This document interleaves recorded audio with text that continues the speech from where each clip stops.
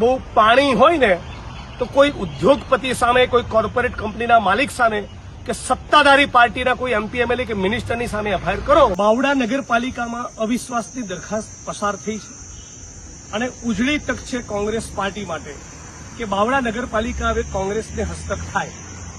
આવું ન થાય એટલા માટે કોંગ્રેસના અમારા ચૂંટાયેલા કોર્પોરેટરને બાવડા પોલીસ, અમદાવાદ જિલ્લાની પોલીસ દ્વારા સંપૂર્ણ ગેરકાયદેસર રીતે ડરાવવામાં આવી રહ્યા છે, ધમકાવવામાં આવી રહ્યા છે. એકથી વધારે લોકોની સામે ખોટા કેસ દાખલ કરવામાં આવ્યા છે. આ બાબતે આજે રાજ્યના પોલીસ વડાને મળીને રૂબરૂ રજૂઆત કરવા માટે આવ્યા છીએ. અન્ય સ્થાનો પર પણ અમે રજૂઆત કરી છે. મહેરબાની કરીને અમદાવાદ જિલ્લા પોલીસને કહેવા માંગુ છું કે તમે કોઈ પણ સંજોગોમાં તટસ્થ બની જાઓ. કાનૂન અને બંધારણનો દાયરો તોડો એ ઠીક નથી.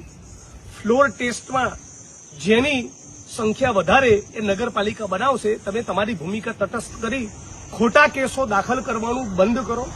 આનું પરિણામ સારું નહીં આવે.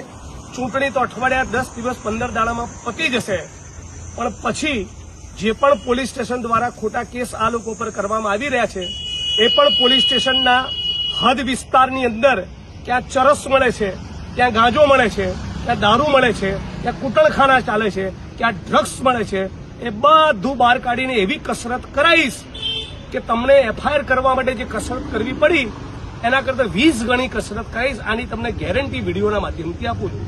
ફરી કહું છું, પોલીસના મિત્રો, કોંગ્રેસના, બાવડાના, નગરપાલિકાના ચૂંટાયેલા અમારા કોર્પોરેટરોની મસ્તી બંધ કરી દો, નહીંતર તમારી સાથે મસ્તી થશે. અને હું કહું કે મસ્તી થશે ત્યારે વ્યવસ્થિત કરીશ. પ્રયોગ કરવો હોય તો કરી લેજો. ટૂંક સમયમાં હું બાવડા આવું છું. લાકડા જેવો કાર્યક્રમ કરીએ.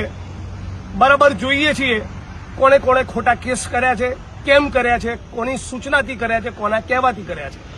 બરાબર, જે પણ પોલીસના મિત્રો, કોંગ્રેસના મિત્રો પર ખોટા કેસ કરી રહ્યા છે એમને એટલું જ કહેવા માંગુ છું, બહુ પાણી હોય ને તો કોઈ ઉદ્યોગપતિ સામે, કોઈ કોર્પોરેટ કંપનીના માલિક સામે કે સત્તાધારી પાર્ટીના કોઈ એમપી, એમએલએ કે મિનિસ્ટરની સામે એફઆઈઆર કરો.